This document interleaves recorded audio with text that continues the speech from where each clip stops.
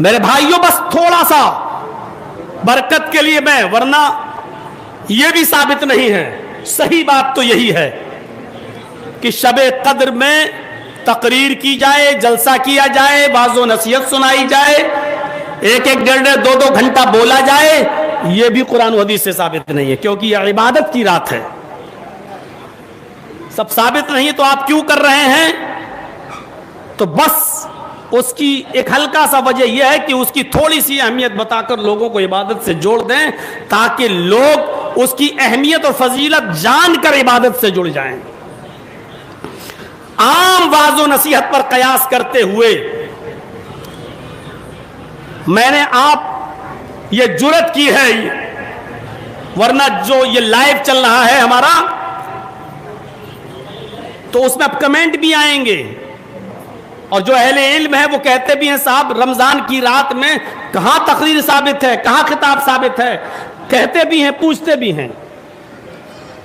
تو میرے بھائیوں بہت تھوڑا سا ٹائم مجھے آپ کا لینا ہے، لیکن اس میں ہم یہ بتانا چاہتے ہیں آپ کو کہ لیلۃ القدر کے بارے میں اللہ کیا فرمایا کہ ہم نے لیلۃ القدر میں ہی قرآن کو اتارا.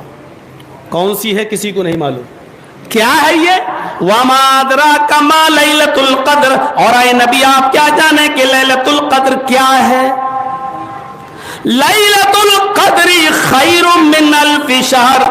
لیلۃ القدر کا جاگ لینا، شب قدر کا بیدار ہو جانا، اللہ کی عبادت میں لگے رہنا اور اس کو پا لینا، خیر من الف شہر، 1000 مہینوں کی عبادت سے بہتر ہے. 1000 مہینوں کی عبادت سے بہتر ہے. 1000 مہینوں کو اگر ڈیوائیڈ کر دو 12 سے، 12 سے، بھئی ایک سال میں 12 مہینے ہوتے ہیں نا، تو 1000 مہینوں میں کتنے سال بنیں گے؟ 12 سے جب آپ ڈیوائیڈ کر دو گے تو 83 سال بنیں گے. 83. ایک رات کا جاگ لینا 83 سال کی عبادت سے بہتر ہے. اب 83 سال کی عبادت کا ثواب پانا ہے تو اتنا آسان تھوڑی رکھ دے گا اللہ تعالیٰ اور اللہ کے نبی کی، جاؤ ایک رات جاگ لو اور 83 سال کی عبادت تمہیں مل جائے گی. نہیں، اس کے لیے محنت کرنا ہوگی، جاگنا ہوگا. صحابہ کرام کا حال بڑا عجیب تھا. ایسی عبادتیں کرتے تھے، گھڑیاں نہیں ہوتی تھی، الارم نہیں ہوتے تھے، ایسا لگتا تھا عبادت میں اتنے منہمک ہو جاتے تھے کہ ڈر لگتا تھا کہ کہیں سحری کا ٹائم نہ نکل جائے، کہیں سحری فوت نہ ہو جائے، کہیں سحری کا وقت ہی ختم نہ ہو جائے. میرے بھائیوں یہ ان کی عبادتوں کا حال تھا.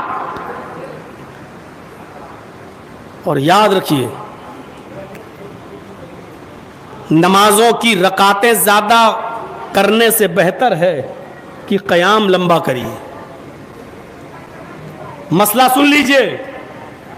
اللہ اکبر، کھڑے ہو گئے، غیر المغضوب علیہم ولا الضالین آمین، انا اعطیناک الکوثر فصل لربک وانحر، ان شانئک هو الابتر. اللہ اکبر، سبحان رب العظیم، سمع اللہ لمن حمدہ، اللہ اکبر. دو پڑھتے چلے جا رہے ہیں، پڑھتے چلے جا رہے ہیں. پڑھ لی آپ نے 200 رکعتیں، 400 رکعتیں، 600 رکعتیں، کوئی حیثیت نہیں. عبادت کرو لیکن نماز سے بہتر، نماز بھی پڑھیے لیکن قیام لمبا ہو. اللہ کے نبی صلی اللہ علیہ وسلم نے 8 رکعات ہی پڑھتے تھے اور 3 وتر، 11 سے زیادہ آپ نے کبھی نہیں پڑھی.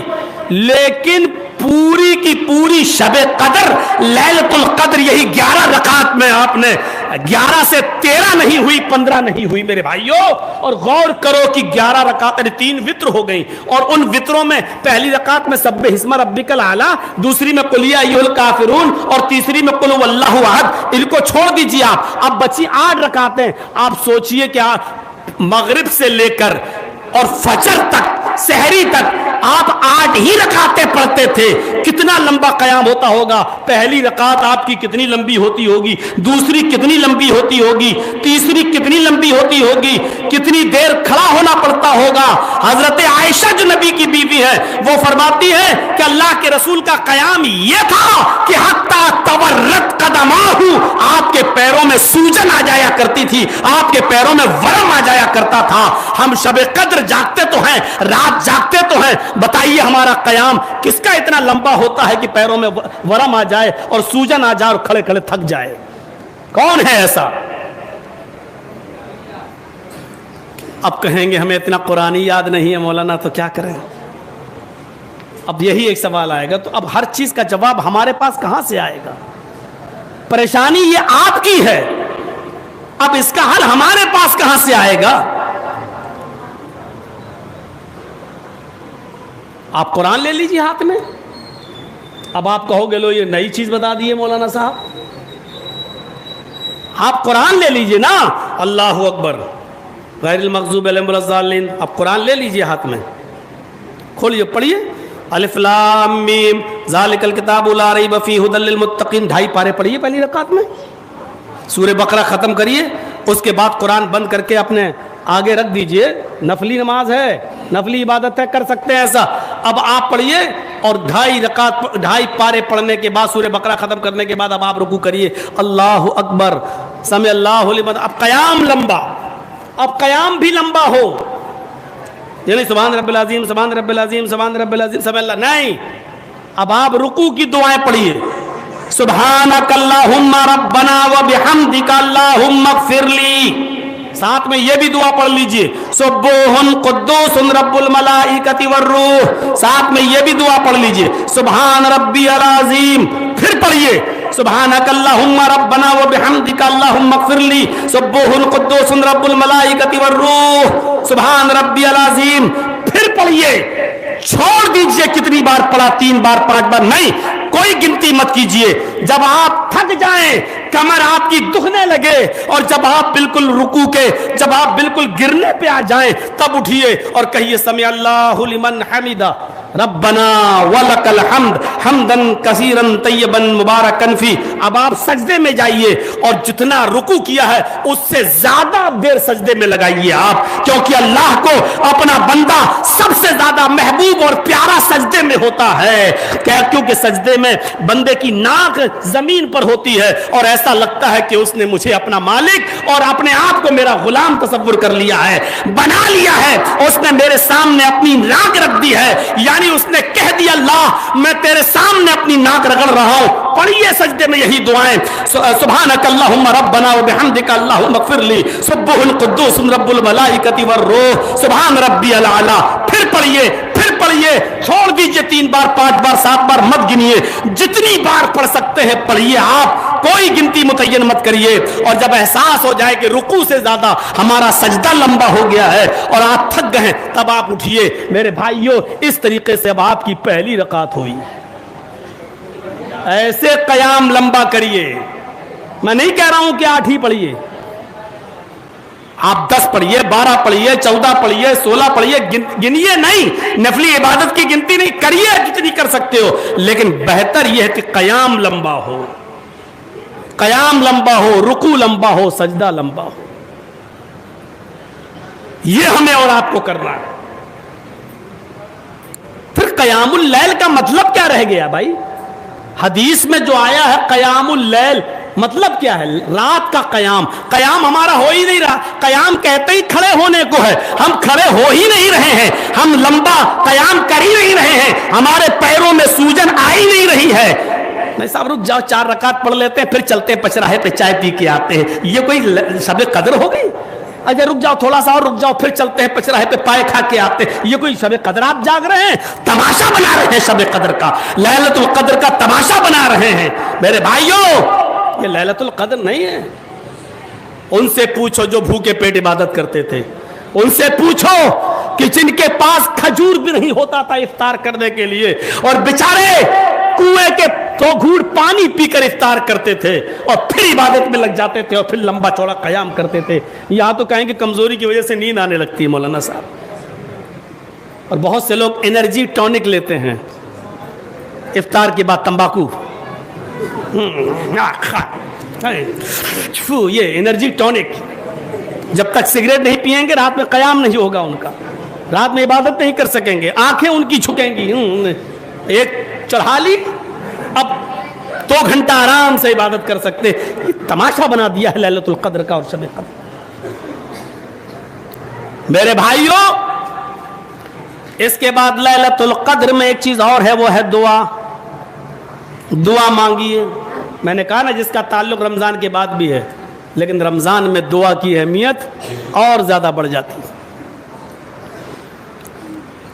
ایک تو روزے دار کی دعا قبول، دوسرا سحری کا وقت قبولیت دعا کا وقت، افطاری کا وقت قبولیت دعا کا وقت، پھر پورا مہینہ دعا کی قبولیت کا وقت۔ دعا بھی وہ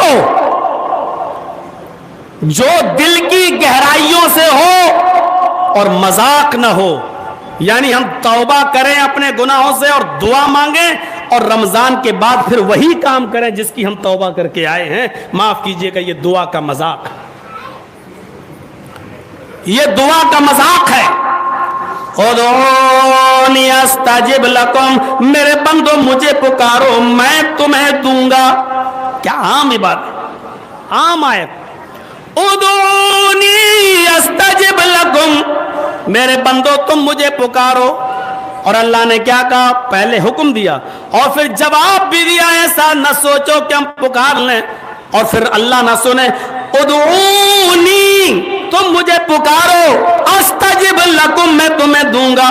تم جو مانگو گے میں تمہارا دامن بھروں گا، تم جو مانگو گے وہ میں تمہیں دوں گا۔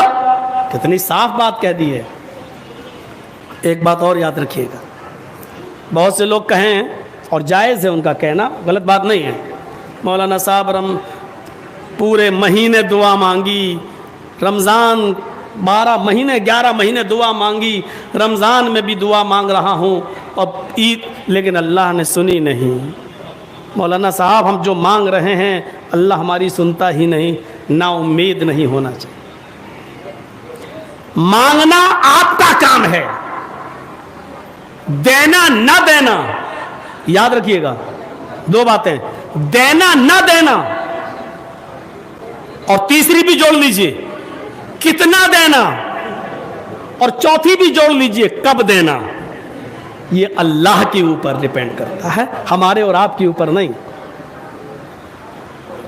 آپ کو اپنے بچے سے بہت پیار ہے، اس کی کوئی بھی خواہش آپ ادھوری نہیں چھوڑتے ہیں، لیکن آپ کے بچے کو نیمونیا ہو گیا ہے، تیز بخار ہے، آپ برف ٹھنڈے پانی کے پھائے رکھ رہے ہیں، ڈاکٹر نے ٹھنڈی چیز کھانے سے منع کر دیا ہے، ڈاکٹر کو دکھا کے آپ آ رہے ہیں اپنے بچے کو، اور راستے میں آئس کریم بیچنے والا آئس کریم بیچ رہا ہے اور آپ کا بچہ ضد کر رہا ہے ابو ہمیں آئس کریم دلا دو، اور آپ جانتے ہیں کہ آئس کریم میرے بچے کے لیے زہر ہے، نیمونیا میں ہے میرا بیٹا، اس حال میں ہم اپنے بچے کو اگر آئس کریم کھلائیں گے تو یہ آئس کریم میرے بیٹے کے لیے ابھی اس بیماری میں زہر ہے، نہیں دے سکتے، ڈاکٹر نے منع کیا ہے۔ اب بچے کی محبت آپ کو ہے، لیکن اس کی بیماری کو دیکھتے ہوئے بچہ ضد کر رہا ہے کہ مجھے لینا ہے، پاپا ice cream, daddy ice cream, ابو آئس کریم۔ کتنا بھی وہ ضد کر دے، کتنا بھی ضد کرے، لیکن اس وقت آپ اس کو سمجھائیں گے، بجھائیں گے، بہلائیں گے، لیکن آئس کریم نہیں دلائیں گے۔ بیٹا ٹھیک ہو جاؤ، دوا کھا لو، صحیح ہو جاؤ گے، ہم تمہیں 1 نہیں 2 دیں گے، بیٹا ہم 10 دیں گے، لیکن ابھی نہیں۔ کیوں؟ آپ کو تو محبت ہے اپنے بچے سے، کیوں نہیں خواہش پوری کرتے ہو؟ نہیں کرو گے، اور اگر آپ کا بچہ زہر مانگنے لگے تو آپ دے دیں گے؟ بچہ نہیں جانتا، زہر مانگنے لگے آپ دے دیں گے؟ نہیں دیں گے۔ کیوں؟ کیونکہ آپ جانتے ہیں کہ یہ زہر ہمارے بچے کی جان لے لے گا۔ تو میرے بھائیوں، آپ کو بچے کی محبت ہے، بچہ مانگ بھی رہا ہے، لیکن آپ اچھی طریقے سے جانتے ہیں کہ اس کو ہمیں کب آئس کریم دینا چاہیے اور کب نہیں دینا چاہیے۔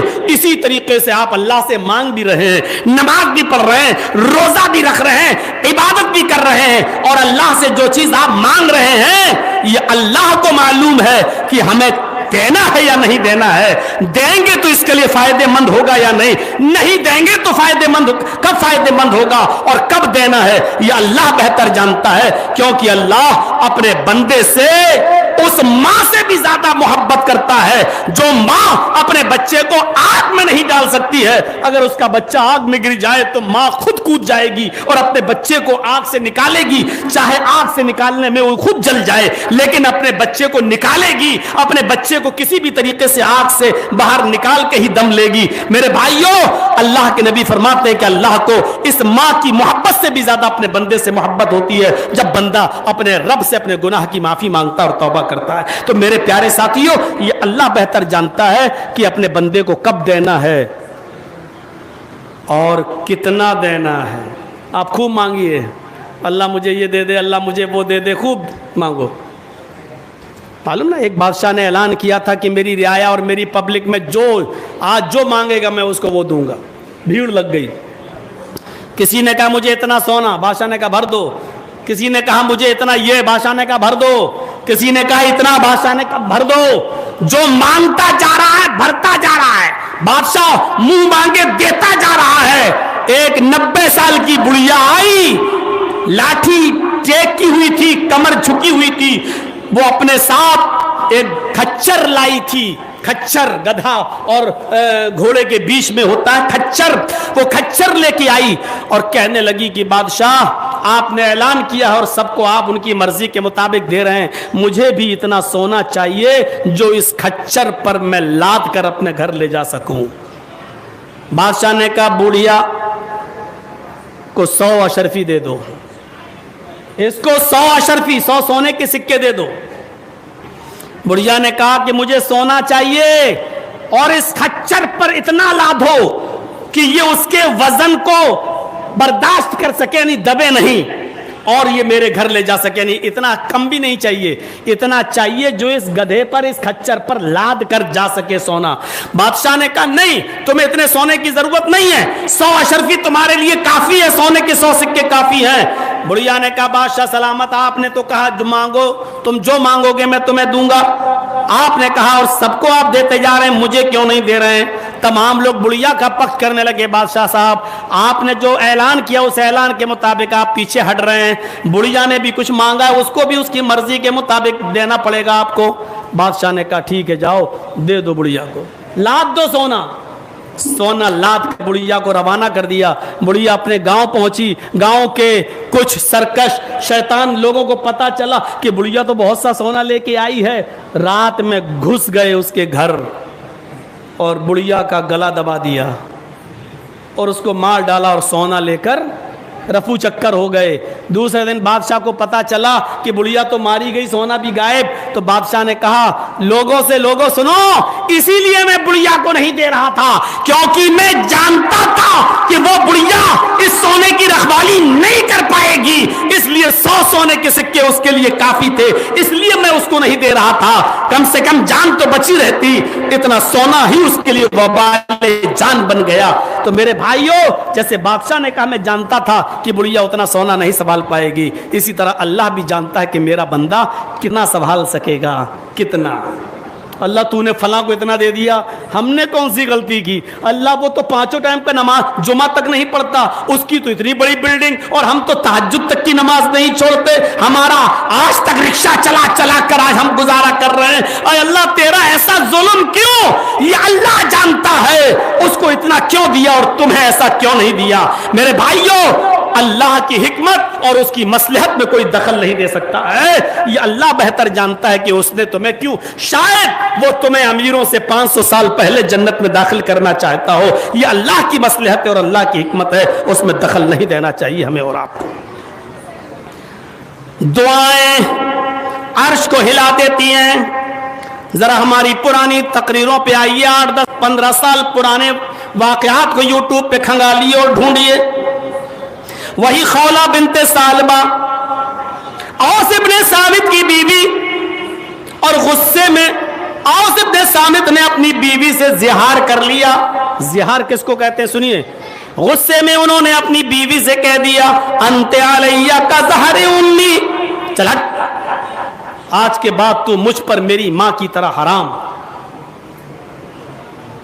آج کے بعد تو مجھ پر میری ماں کی طرح حرام, نہیں چھوؤں گا تجھے, نہیں تیرے قریب آؤں گا میں. کتنا بڑا جملہ کہہ دیا. یہ جملہ آج بھی اگر کوئی اپنی بیوی سے کہہ دے تو اس کو پنشمنٹ ملے گا. اسلام میں آج بھی اس کی سزا متعین ہے. اس زمانے میں کیا تھا؟ جو اپنی بیوی سے کہہ دے تو مجھ پر میری ماں کی طرح حرام، جا تیرے قریب نہیں آؤں گا، بھگ، تو مجھ پر میری ماں کی طرح ہو گئی. جیسے کوئی ماں کے ساتھ رات نہیں گزار سکتا، اسی طریقے سے تو بھی مجھ پر میری ماں کی طرح حرام ہو گئی. یہ جملہ کہہ دیا. اور اس وقت جو شخص اپنی بیوی سے زہار کر لیتا تھا، یہ کہہ دیتا تھا تو مجھ پر میری ماں کی طرح حرام ہو گئی، تو پھر وہ مل نہیں سکتا تھا. پھر ماں کی طرح اس کو خدمت کرنا پڑتی تھی. وہ کہے پیر دباؤ تو دبانا پڑتے تھے. وہ ماں ہی کی طرح ہو جاتی تھی. خولہ بنت ثعلبہ کو بڑا افسوس ہوا، کہنے لگی اے اوس یہ تم نے کیا کیا؟ غصہ جب ٹھنڈا ہوا تو اوس ابن صامت نے بھی کہا اللہ یہ مجھ سے کیا غلطی ہو گئی. انہوں نے اپنی بیوی کو نبی اکرم کے پاس بھیجا. ان کی بیوی محمد رسول اللہ سے ملنے جاتی ہے، دروازہ کھٹکھٹاتی ہے. اللہ کے نبی دروازہ کھولتے ہیں. دروازہ کھولنے کے بعد فرماتے ہیں اے خولہ آؤ. خولہ کو اندر بلایا. حضرت خولہ بنت ثعلبہ نے کہا، حضرت خولہ نے کہا اے اللہ کے نبی آج بہت بڑی غلطی ہو گئی. میرے شوہر نے مجھ سے زہار کر لیا، مجھے اپنے اوپر اپنی ماں کی طرح حرام کر لیا. آپ نے فرمایا خولہ اب تو تم ان کی ماں کی طرح بن چکی ہو. محمد رسول اللہ کے پاس تمہارے لیے کوئی راستہ نہیں ہے، جاؤ، اب میں کچھ نہیں کر سکتا. کہا اللہ کے نبی چھوٹے چھوٹے بچے، ان بچوں کا کیا ہوگا؟ اگر میں ان کے لیے حلال نہ ہوئی تو ان بچوں کے لیے کیا ہوگا؟ آپ نے فرمایا خولہ تم مجھ سے بحث کر رہی ہو، تکرار کر رہی ہو، کوئی فائدہ نہیں، تم جاؤ، میرے پاس کوئی راستہ نہیں ہے. اس نے پھر کہا اے اللہ کے نبی میرے شوہر نے مجھے طلاق نہیں دی، میرے شوہر نے مجھے ماں کی طرح حرام، کوئی تو راستہ نکالیے. آپ نے کہا خولہ میرے لیے پاس تمہارے لیے کوئی راستہ نہیں ہے. وہ ضد کرتی رہی، برابر ٹوکتی رہی، نبی سے برابر بحث کرتی ہی گئی، یہاں تک کہ اللہ کے نبی نے اس کو اٹھا دیا اور گھر کے باہر اس کو چھوڑ دیا. آپ نے کہا جاؤ اے خولہ میرے پاس تمہارے لیے کوئی راستہ نہیں. یہ کہہ کر آپ نے دروازہ بند کر دیا. ادھر دروازہ بند ہوتا ہے، خولہ بنت ثعلبہ نبی کے دروازے کے باہر، لیکن اللہ کے نبی مسجد نبوی کے حجرے سے ہی لگے ہوئے تھے. اس نے دیکھا یہ نبی کی چوکھٹ ہے اور اسی چوکھٹ سے چپکی ہوئی یہ مسجد نبوی ہے، یہ یہ اللہ کا گھر ہے، اللہ کی مسجد اللہ کا گھر ہے. اس نے ایسے ہی چوکھٹ کو دیکھا اور محمد رسول اللہ کی چوکھٹ کو دیکھ کر وہ جو کہتی ہے ان لفظوں پر غور کرو، محمد رسول اللہ کی چوکھٹ بند ہو گئی تو کیا ہوا؟ کیا کہا اس نے؟ محمد رسول اللہ کی چوکھٹ بند ہو گئی تو کیا ہوا؟ رب العالمین کی چوکھٹ تو کھلی ہے، اللہ کی چوکھٹ تو کھلی ہے. پھر وہ مسجد کے اندر داخل ہو گئی، پھر وہ مسجد میں چلی گئی، وضو بناتی ہے اور 2 رکعت نفل نماز پڑھتی ہے. دعا مانگنے کا سب سے بہتر طریقہ یہی ہے، ڈائریکٹ دعا نہ مانگو. آپ وضو بنائیے، 2 رکعت نفل نماز پڑھیے، اس کے بعد اپنے دونوں ہاتھوں کو اٹھائیے اور دعا مانگیے. سب سے پہلے سورہ فاتحہ پڑھیے الحمدللہ رب العالمین سے ولا الضالین تک. اس کے بعد آپ درود شریف پڑھیے اللہم صلی علی محمد اللہم بارک علی محمد. اب آپ اس کے بعد دعا مانگیے جو مانگنا ہو اللہ کی حمد و ثنا کے بعد. اب آپ اردو میں اپنی زبان میں جو دعا مانگنا چاہیں مانگیے. اللہ ہمارے بھائی کو کینسر ہے، اللہ تو شفا عطا فرما. اللہ دنیا کے سارے ڈاکٹروں نے منع کر دیا ہے، تو حکیم ہے. اے اللہ اگر تو شفا دینا چاہے تو کون ہے جو شفا روک لے؟ اے اللہ تو ہے جو تنکے میں بھی جان ڈال دیتا ہے. اللہ تو ہے جو مردے میں سے انڈا، جو ایک مردہ چیز ہے اس میں سے مرغی کا بچہ زندہ نکالتا ہے. اللہ تو وہ طاقت وہ ذات ہے جو مردے سے بھی زندہ کو نکالنے پر قادر ہے۔ الہ العالمین تو آج ہمارے بھائی کو شفا دے، میرے باپ کو شفا دے، میری بیوی کو شفا دے، میرے بیٹے کو شفا دے۔ میرے بھائیوں آپ دعا مانگیے، اتنی مانگیے، گڑ گڑائیے اور روتے رہیے، لیکن دعا جب ختم کرنا ہو تو پھر یہ دعا ضرور پڑھیے عربی میں۔ یہ یاد نہ ہو تو یاد کیجیے دعا کا صحیح طریقہ ہے۔ آپ اردو میں ساری دعائیں مانگنے کے بعد 1 گھنٹہ، آدھا گھنٹہ، 2 گھنٹہ، 3 گھنٹہ دعا مانگنے کی رات ہے، یہ مانگو، اپنے رب کو منانے کی رات ہے، مانگو، اور سب کچھ مانگنے کے بعد پھر یہ دعا پڑھو، ربنا تقبل منا۔ یاد رکھنا جب دعا ختم کرنا ہو تو ان دعائیہ جملوں کو یاد کر لو، ربنا تقبل منا انک انت السمیع العلیم وتب علینا انک التواب الرحیم وصلی اللہ تعالی علی خیر خلقہ، یعنی نبی پر جو درود تم نے شروع میں پڑھا، اب جو ختم کر رہے ہو دعا مانگ کر جو ختم کر رہے ہو اس دعا کو آپ پھر درود پڑھ کر ختم کریں گے، وصلی اللہ تعالی علی خیر خلقہ محمد وعلی آلہ وصحبہ اجمعین برحمتک یا ارحم الراحمین۔ یہ کہہ کر دونوں ہاتھوں کو گرا لو، ان دونوں ہاتھوں کو چہرے پر پھیرنے کا کوئی ثبوت نہیں ہے، ان دونوں ہاتھوں کو چہرے پر ملنے کا کوئی ثبوت نہیں ہے، دونوں ہاتھوں کو چہرے پر ملنے کی جتنی بھی حدیثیں آتی ہیں سب کی سب ضعیف ہیں۔ دعا مانگو، وتب علینا انک انت التواب الرحیم وصلی اللہ تعالی علی خیر خلقہ محمد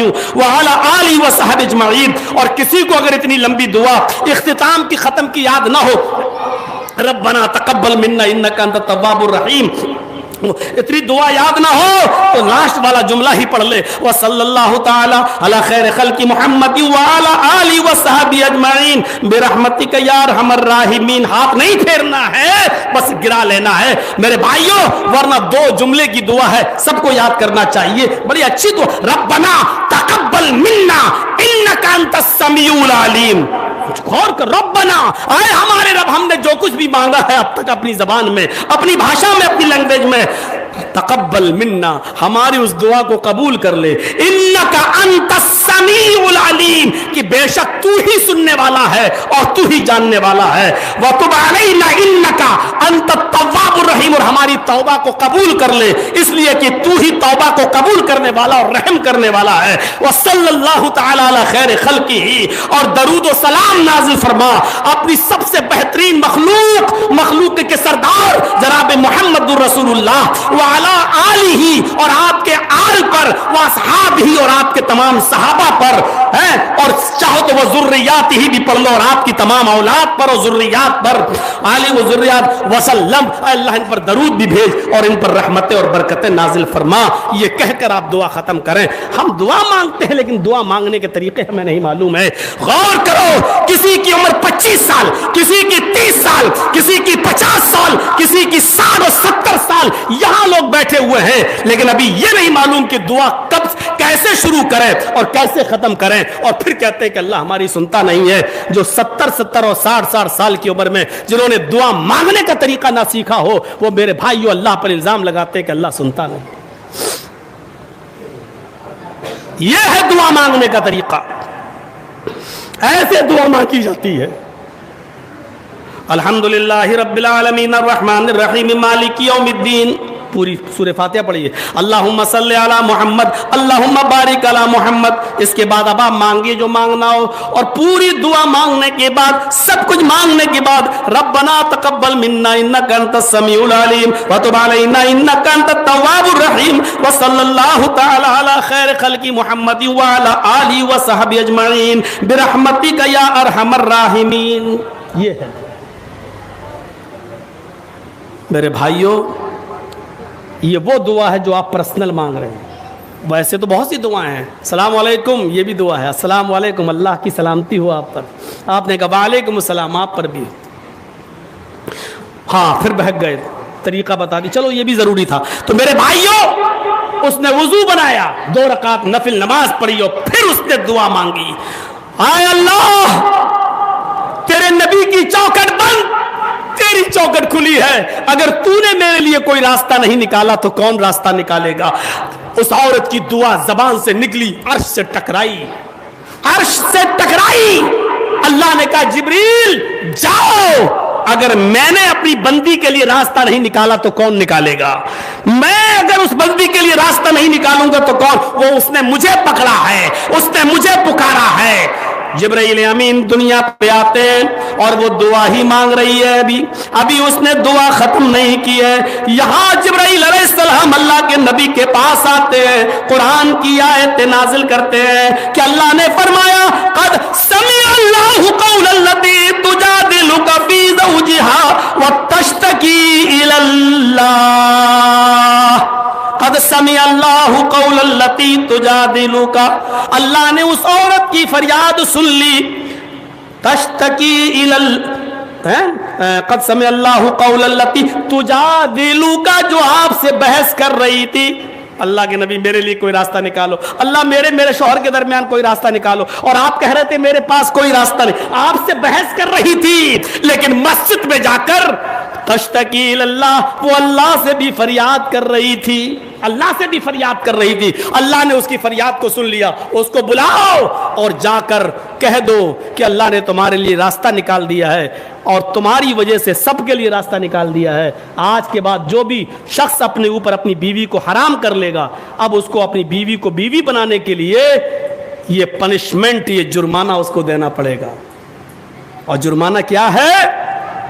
ایک غلام آزاد کرو، اور غلام آزاد کرنے کی، غلام تو اب ہے نہیں، وہ زمانہ ختم ہو گیا، غلام آزاد کرو، غلام آزاد کرنے کی طاقت نہیں ہے تو کیا کہا؟ 60 روزے رکھو، وہی چیز مسلسل پے در پے کنٹینیو لگاتار، بیچ میں کوئی بھی ناگا نہیں ہونا چاہیے، اگر بیچ میں ناگا ہوا تو سارے روزے بیکار، پھر سے رکھو 1 سے 60۔ اس میں بیماری شامل نہیں ہے، اگر ڈاکٹر نے منع کر دیا، بیمار ہو گئے، عذر ہے کوئی، اور ڈاکٹر نے کہا کہ روزہ نہیں رکھ سکتے ہو، کھانا پینا تمہارے لیے بھی منع، تو آپ ڈاکٹر کے کہنے پر اتنے روزے چھوڑ سکتے ہو، لیکن جیسے ہی صحیح ہوں گے تو باقی روزے پھر آپ کو پورے کرنا پڑیں گے۔ لیکن کوئی بیماری نہیں، صرف سستانے کے لیے 1-2 دن آپ آرام کرنے لگے، 50 روزے رکھ لیے، 10 ہی تو رہ گئے، چلو 2 دن سستا لیتے پھر ہم رکھ لیں گے، جیسے ہی آپ نے بلا کسی عذر و بلا کسی بیماری کی جو چھوڑا، 50 بیکار۔ اب پھر سے رکھو 1 سے لے کے 60، وہ رکھنا ہے مسلسل پے در پے کنٹینیو۔ 60 روزے رکھنے کی طاقت نہ ہو تو 60 مسکینوں کو کھانا کھلاؤ۔ اب ایسا نہیں ہو سکتا ہے 60 روزے رکھنے کی طاقت ہے تو 60 مسکینوں کو آپ کھانا کھلا رہے، نہیں، نمبر سے ہی چلنا پڑے گا۔ پہلے غلام آزاد کرو، غلام آزاد کرنے کی طاقت نہیں ہے تو 60 روزے رکھو، اور 60 روزے بھی رکھنے کی طاقت نہیں ہے تب 60 مسکینوں کو کھانا کھلاؤ۔ 60 مسکینوں کو ایک ٹائم کھانا کھلانا ہے، ان کو 60 کو ایک ساتھ کھلا دو، یا 10-10 کر کے 6 دن میں کھلا دو، یا 1-1 کر کے 2 مہینے میں کھلاؤ، لیکن جب تک 60 پورے نہیں ہو جائیں گے آپ اپنی بیوی کے قریب نہیں جا سکتے۔ یہ ہے شریعت کا مسئلہ، نکال دیا۔ تو اللہ نے اس عورت کی گفتگو کو سن لیا، دعاؤں کا سننے والا وہ ہے۔ جب خولہ بنت ثعلبہ بوڑھی ہو گئی اور ایک دن ایک پل پر کھڑی تھی، ٹیک لگائے، لاٹھی پر ٹیک لگائے تھی، اور حضرت عمر گھوڑے پر بیٹھ کر سفر کرتے ہوئے آ رہے تھے، تو بڑھیا نے کہا عمر گھوڑا روک، اس نے گھوڑا روک دی، حضرت عمر نے کہا ادھر آؤ، حضرت عمر گھوڑے سے اتر گئے، اس بڑھیا کے قریب گئے، خولہ بنت ثعلبہ کے پاس، کہا بولو ماں کیا بات، کان لاؤ، کان میں کچھ کہا؟ حضرت عمر نے کہا ٹھیک ہے ماں، چلے گئے۔ لوگوں نے کہا امیر المومنین، اتنے بڑے امیر ہو کر ایک معمولی بڑھیا نے آپ کے گھوڑے کو روکا اور آپ نے روک دیا، ایک معمولی بڑھیا نے انگلی کے اشارے سے کہا ادھر آؤ، اور آپ گھوڑے سے اتر کے اس کے پاس چلے گئے۔ آپ نے اپنے ضمیر سے نہیں پوچھا، اپنے دل سے، آپ امیر المومنین ہیں اور آپ نے ایک معمولی عورت کی گفتگو کو سنا اور چل دیا اس کے پاس۔ حضرت عمر نے روتے ہوئے کہا اے میرے ساتھیو، اس عورت کا مقابلہ کون کر سکتا ہے؟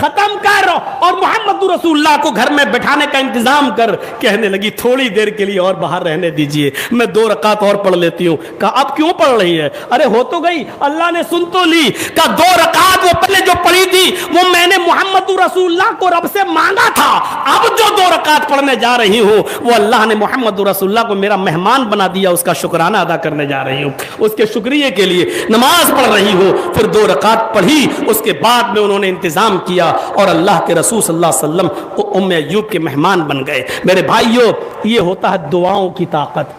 دعا اونٹنی آئی اور آگے بڑھ گئی, لیکن ام ایوب کی دعا کی تاثیر یہ تھی کہ اس اونٹنی کو واپس آنا پڑا. ہماری دعاؤں میں تاثیر آئے تو کہاں سے آئے؟ پھر وہی بیرون ٹولے والی تقریر اٹھا کر پرسوں والی پھر پڑھنا پڑے گا, ہم دیکھنا پڑے گا, سننا پڑے گا. ہم اپنے کھانے پر نظر ڈالیں, ہم اپنے پہننے پر نظر ڈالیں, ہم اپنے بزنس پر نظر ڈالیں, ہم اپنے کاروبار پر نظر ڈالیں, ہم اپنے حلال و حرام پر نظر ڈالیں, ہم اپنے رشتوں پہ نظر ڈالیں, ہم اپنے ماحول پر نظر ڈالیں, ہم پڑوسیوں کے ساتھ ہمارا رہن سہن کیا ہے اس پر نظر ڈالیں, غیر مسلموں کے ساتھ ہمارے تعلقات کیسے ان پر نظر ڈالیں, ہم دیکھیں کہ ہماری زندگیوں کے اندر تقویٰ کیسا آ گیا ہے. فرمایا حضرت عائشہ نے 80 سال تک دعائیں مانگتے رہو اور کمر جھک جائے تمہاری کمان کی طرف, پھر بھی اللہ اس وقت تک نہیں سنے گا جب تک کہ تم حرام لقمہ نہیں چھوڑو گے اور حلال روزی نہیں کھاؤ گے. اس حدیث نے اور حضرت عائشہ کے اس جملے نے کلیئر کر دیا کہ دعائیں کن کی قبول ہوں گی اور کن کی نہیں. صاف کہہ دیا کہ تمہاری کمریں جھک جائیں اور تم بوڑھے ہو جاؤ دعائیں مانگ مانگ کے اور لاٹھی لے کر چلنے لگو, پھر بھی اللہ تمہاری زبان سے نکلی ہوئی دعا کو تمہارے سر سے ایک بالش بھی اوپر نہیں اٹھائے گا جب تک کہ تم حلال لقمہ نہیں کھاؤ گے اور حرام لقمہ نہیں چھوڑو گے. ہم دیکھیں کہ ہم کتنا حلال کھا رہے ہیں اور کتنا حرام کھا رہے ہیں اور ہمارا بزنس کیسا ہے. بس لگ جائیے عبادت میں. ساتھ میں ایک بات اور کہہ دوں میرے بھائیوں, میرے ایک دوست ہیں اور بھائی بھی لگتے ہیں, یہ آئے ہوئے ہیں حامد صاحب مئو ناتھ بھنجن سے. یہ ادارہ میرا دیکھا ہوا ہے, میں گیا ہوں, اس میں پروگرام بھی ہوا ہے اور میرا سب سے پہلا پروگرام مئو ناتھ بھنجن ہی کی سرزمین پر ہوا تھا. تو بیچارے آئے ہیں اور میں نکلنے والا ہوں, صبح سحری کے بعد نکل جاؤں گا. تو آپ جب جا رہے ہیں تو یہ جس ادارے کے لیے آئے ہیں ان کا زیادہ سے زیادہ آپ تعاون فرما دیں, انشاءاللہ اللہ تعالیٰ آپ کو اس کا اجر عظیم عطا فرمائے گا. اس وقت رمضان کی رات ہے, ہم تو ویسے بھی پوری رات دعا کریں گے ہی, آپ سے پھر گزارش ہے کہ ہمارے والد محترم کے لیے بھی دعا کر دیجیے.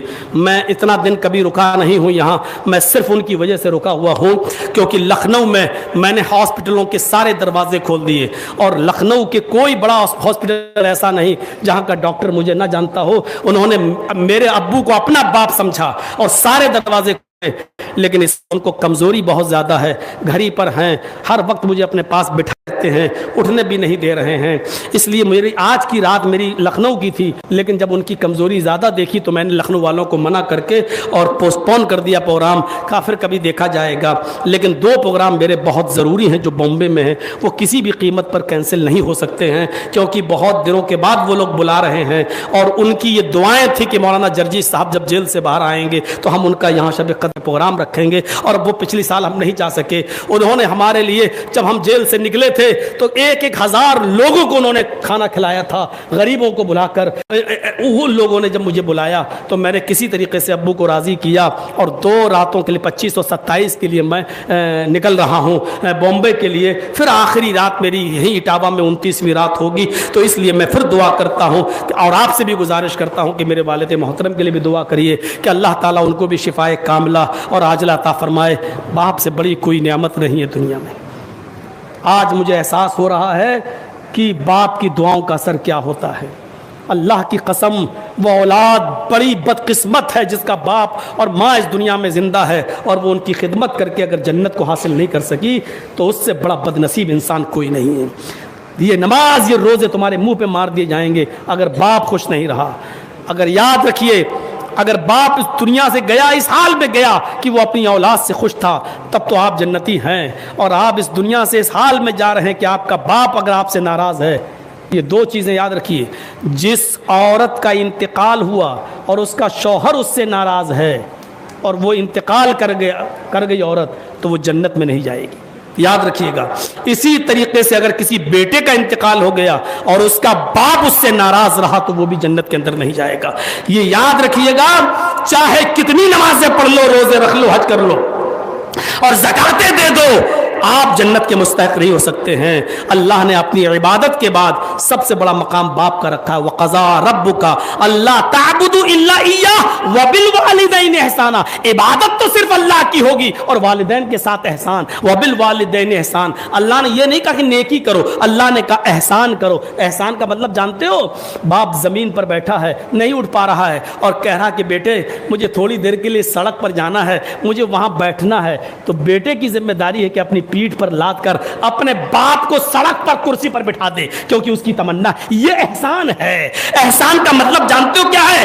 باپ کے پاس خرچے کے لیے پیسے نہیں ہیں اور آپ الگ ہیں اپنے باپ سے, اب اس کی دوا کی ضرورت ہے اور بیٹا دوا میں پیسہ خرچ کر رہا ہے, تو یہ احسان ہے. میرے بھائیوں یاد رکھیے, اسی لیے کوئی بیٹا اپنے باپ کو زکات نہیں دے سکتا ہے. اگر باپ نے اپنے بیٹے کو الگ کر دیا, بیٹا خوب کھا رہا پی رہا ہے اور وہ کما رہا ہے, اور اچانک بیٹے پر کوئی مصیبت آ جائے اور باپ کا اچھا بزنس چل رہا ہے, تو باپ تو بیٹے کو زکات دے سکتا ہے, لیکن بیٹا اپنے باپ کو زکات نہیں دے سکتا. جانتے ہو کیوں؟ کیونکہ بیٹا چاہے کتنا کما لے, اس کی کمائی پر باپ کا پورا حق ہے. بیٹے کی کمائی باپ کی کمائی, اس لیے کہ باپ نے اگر پیدا نہیں کیا ہوتا تو بیٹا کہاں سے کماتا. اس لیے باپ کو بیٹا زکات نہیں دے سکتا, باپ بیٹے کو دے سکتا ہے. اس لیے باپ کے مقام و مرتبے کو سمجھنے کی ضرورت ہے. مسئلے مسائل تو اتنے ہیں کہ اگر ہم تقریر نہ کریں اور صرف مسائل پر ہی, تو آپ سوچیں گے کہ مولانا صاحب ہم نے تو آج تک سنے ہی نہیں, ایسے مسئلے آپ بتلا رہے ہیں, ایسے مسئلے. دیکھیے ایک چیز کتنی غلط لگتی ہے ہمیں اور آپ کو بہت اچھی لگتی ہے. جیسے کسی دکان پہ ہم گئے اور رکشے سے اترے, رکشے والے کو 100 کا نوٹ دیا ہم نے, اس نے کہا صاحب کھلے نہیں ہیں, سامنے دکان ہے, آپ نے کہا ذرا اس کے چینج دے دینا, اس نے 100 روپے کا چینج کر دیا, 10 کے آپ کو 10 نوٹ دے دیے, اور آپ نے اس میں سے 20 روپے رکشے والے کو دے دیے. بظاہر آپ کو لگ رہا ہے اس میں برائی کیا ہے, لیکن یہ غلط ہے اور ناجائز ہے, کیونکہ آپ نے 100 کے نوٹ کے بدلے میں 100 کا نوٹ نہیں لیا ہے, آپ نے چینج لیا ہے جو صحیح نہیں ہے. صحیح کیا ہے؟ آپ کو دکاندار سے کیا کہنا تھا؟ یہ 100 روپے میرے رکھ لو اور 20 روپے تم مجھے دے دو, یہ گروی ہے تمہارے. جب میں تمہارا 20 روپیہ واپس کر دوں تب تم مجھے 100 کا نوٹ میرا واپس کر دینا. غور کیجیے, آپ اس 100 کے نوٹ کو گروی رکھ سکتے ہو, یہ 100 روپے آپ رکھ لو گروی ہیں, اور 20 روپے مجھے دے دو. آپ 20 روپے رکشے والے کو دے دیجئے, پھر آپ 20 روپے اس کو دے دیجئے اور 100 کا نوٹ اپنا لیجئے. مسئلے اتنے باریک ہیں جن پر ہم غور نہیں کر پاتے ہیں. آپ 1 کلو گیہوں اور 1 کلو چاول, بظاہر بہت اچھا, آپ راضی بھی ہیں, میں کہوں لے زبیر صاحب 1 کلو گیہوں لے لو اور مجھے 1 کلو چاول دے دو, زبیر صاحب بھی راضی ہیں اور میں بھی راضی ہوں کہ گیہوں دے کے چاول لے لوں, لیکن شریعت کہتی ہے یہ حرام ہے. گیہوں کے بدلے میں گیہوں ہی لے سکتے ہو, چاول کے بدلے میں چاول ہی لے سکتے ہو, گیہوں دے کر چاول لے لو, یہ جائز نہیں ہے. مسئلے بڑے باریک ہیں, اس لیے ان تمام چیزوں کو حلال و حرام سے بھی جوڑا جائے. ہم جو چینج لے لیتے, لو 100 روپے لے لو, ہمیں 100 کے کھلے دے دو, بظاہر بہت اچھا لگتا ہے. دیکھیے فتوے دائمی کمیٹی کے سعودی عرب سے جو نکل رہے ہیں, تحقیق بہت آگے کی طرف جا رہی ہے. اب مجھے معلوم ہے اب کل پوری تقریر پہ چرچے نہیں ہوں گے, میں بھی چلا بمبئی, اب کل سے جو چرچے ہوں گے وہ اسی پہ ہوں گے. اس میں برائی کیا ہے؟ 100 روپے کے بدلے میں اگر ہم نے 100 کے چینج لے لیے تو اس میں برائی کیا؟ اور میں بھی چاہتا ہوں کہ چرچے ہوں, بہت دنوں سے ہوئے بھی نہیں ہیں, ہونا بھی چاہیے. کوئی ایک معاملے میں لوگ الجھے رہیں تو کم سے کم تحقیق کرنے کا جذبہ اور شوق تو ان کے اندر رہے گا. اب رات میں اپنی عبادت گزاریے, اور ہمیں بھی چلنا ہے اور جلدی سے نکلنا ہے. دیکھیے بھائی ایک چیز ہے, ہم نے سنا ہے, تھوڑا سا سن لیجیے, میں بھول گیا تھا, انہوں نے کہا تو تھا مجھ سے, کہہ رہے ہیں زبیر صاحب مسجد کے احترام پہ بول دیجئے, مسجد کے اندر بڑی بدتمیزی ہوتی ہے. رمضان کے مہینے میں اور زیادہ ہونے لگتی ہے, لوگ مسجد کا احترام بھول جاتے ہیں. مسجد کے احترام میں بس اتنا ہی بتا دوں آپ کو, بس ایک واقعہ جو بخاری میں آیا اتنا ہی بتا دوں میں آپ کو. حضرت عمر فاروق رضی اللہ تعالیٰ عنہ مسجد نبوی میں داخل ہوئے تو دیکھا کہ 2 لوگ گفتگو کر رہے ہیں. وہ لوگ طائف کے تھے. مدینہ پہنچے تو تم نے کتنا مال بیچا, کہ میں نے اتنا بیچا, میں نے اتنا بیچا, تمہیں اتنی پروفٹ, مجھے اتنی پروفٹ. ہوتا نا دن بھر پھیری کر کے آئے, مال بیچ کے آئے. اب مسجد میں ہی وہ رہتے تھے تو وہ اپنے آپس میں گفتگو کرنے لگے. کہ میں نے اتنا بیچا، تم نے اتنا بیچا، تم نے کتنی کیا پروفٹ ہوئی، ہماری اتنی ہوئی، تمہاری کتنی ہوئی. حضرت عمر نے ان کو گفتگو کرتے ہوئے دیکھا تو باہر نکل گئے اور زمین سے ایک کنکری اٹھائی، کنکری چھوٹی سی کنکری اٹھائی اور ان دو لوگوں کی طرف ایسے پھینکا. وہ ان کے پاس گری کنکری. اب ان لوگوں نے دیکھا ہے، پیچھے مڑ کے دیکھا ہے تو کہا، حضرت عمر نے یہ نہیں کہا ادھر آؤ. دیکھیے مسجد میں ان دونوں کو بلا بھی سکتے تھے ادھر آؤ، لیکن نہیں، ان دونوں کو دیکھا تو باہر نکلے، کنکری اٹھائی پھینکا ان کی طرف. ان لوگوں نے جب پیچھے مڑ کے دیکھا تو حضرت عمر نے کہا نہیں مسجد کے باہر آؤ.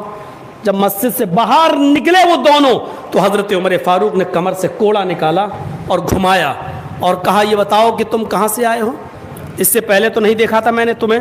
تو انہوں نے کہا کہ طائف سے آیا ہوں. حضرت عمر نے کوڑا روک لیا اور کہا کہ اللہ کی قسم اگر تم دونوں پردیسی نہ ہوتے اور باہر کے آئے ہوئے نہیں ہوتے تو آج اس کوڑے سے میں تمہاری چمڑی ادھیڑ دیتا. تم اللہ کے گھر میں دنیاوی گفتگو کر رہے ہو، کاروبار کی باتیں کر رہے ہو، بزنس کی باتیں کر رہے ہو، لین دین کی باتیں کر رہے ہو. اگر تم باہر کے رہنے والے نہیں ہوتے تو آج اس چمڑے سے تمہاری کمر ادھیڑ دیتا، تمہاری چمڑی ادھیڑ دیتا آج اس درے سے. آئندہ خیال رکھنا، یہ مسجد کا ادب و احترام ہے کہ وہاں اونچی آواز میں یہ بھی نہیں کہا جائے کیوں شور کر رہے ہو مسجد میں، چلو باہر جاؤ. آپ یہ بھی نہیں کہہ سکتے ہو. آپ ان کو اشارے سے بلائیں اور مسجد کے باہر آپ ان کو ڈانٹیے کیا کر رہے ہو. مسجد کا احترام اتنی بڑی چیز ہے، ہمارے سماج میں چلتا ہے، وہ ایک الگ بات ہے، ہم سماج کو کچھ نہیں کہیں گے. یہ تو مسجدوں سے جو جنازے کے اعلان ہوتے ہیں کہ فلاں کی مٹی اتنے بجے ہوگی اتنے بجے ہوگی، شرعی طور پر یہ سب جائز نہیں ہے. کوئی چیز کھو گئی، صاحب فلاں کی گھڑی ہمیں ملی ہے، اگر کسی صاحب کی گھڑی کھو گئی ہے، اگر کسی کے ہو تو وہ بتائے اور اپنی گھڑی لے جائے.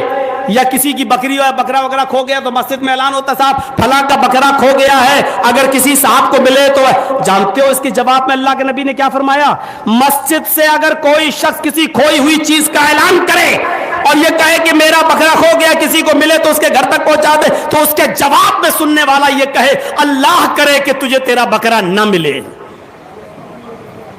صاحب فلاں صاحب کی گھڑی کھو گئی، کسی کو ملی ہو تو دے دے، اس کے جواب میں یہ کہو اللہ کرے کہ تجھے تیری گھڑی نہ ملے. غور کرو، یہ مسجد کا ادب و احترام بتایا تاکہ آئندہ کوئی مسجد میں اس قسم کے اعلان نہ کرا سکے. مسجد دنیاوی گفتگو کے لیے نہیں ہوتی ہے، مسجد لین دین اور کاروبار کی باتیں کرنے کے لیے نہیں ہوتی ہے، مسجدیں اللہ کی عبادت کے لیے ہوتی ہیں.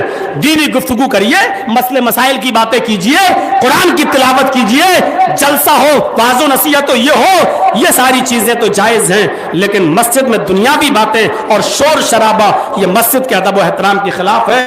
لہذا صرف اسی مسجد میں نہیں، یہاں تو ہر محلے کے لوگ کچھ نہ کچھ آئے ہیں، اس لیے اپنی مسجدوں کے اندر ادب و احترام کو ملحوظ رکھیں. اللہ سے میں دعا کرتا ہوں کہ الہ العالمین ہماری خطاؤں کو معاف فرما دے، ہمارے گناہوں کو بخش دے، ہم جمیع مسلمانوں پر رحم فرما، اس شب قدر کو قبول فرما لے. اے اللہ پانچوں راتیں ہمیں جاگنے کی توفیق عطا فرما. الہ العالمین ہمیں کتاب و سنت پر عمل کرنے کی توفیق عطا فرما، اور اللہ رمضان کے پورے روزے رکھنے کی جو فیوز و برکات تو نے رکھی ہیں ہمیں ان سے مستفیض ہونے کی توفیق عطا فرما. اے اللہ رمضان کے بعد بھی ہمیں اسی طریقے کا نمازی بنا دے. اے اللہ ہمیں 12 مہینے کا نمازی بنا دے، 12 مہینوں کا. اے اللہ ہمیں عبادت گزار بنا دے، ہمیں ماں باپ کا فرما بردار بنا دے، ہمیں اپنے معاشرے اور سماج میں رشتوں کا احترام کرنے کی توفیق عطا فرما. اے اللہ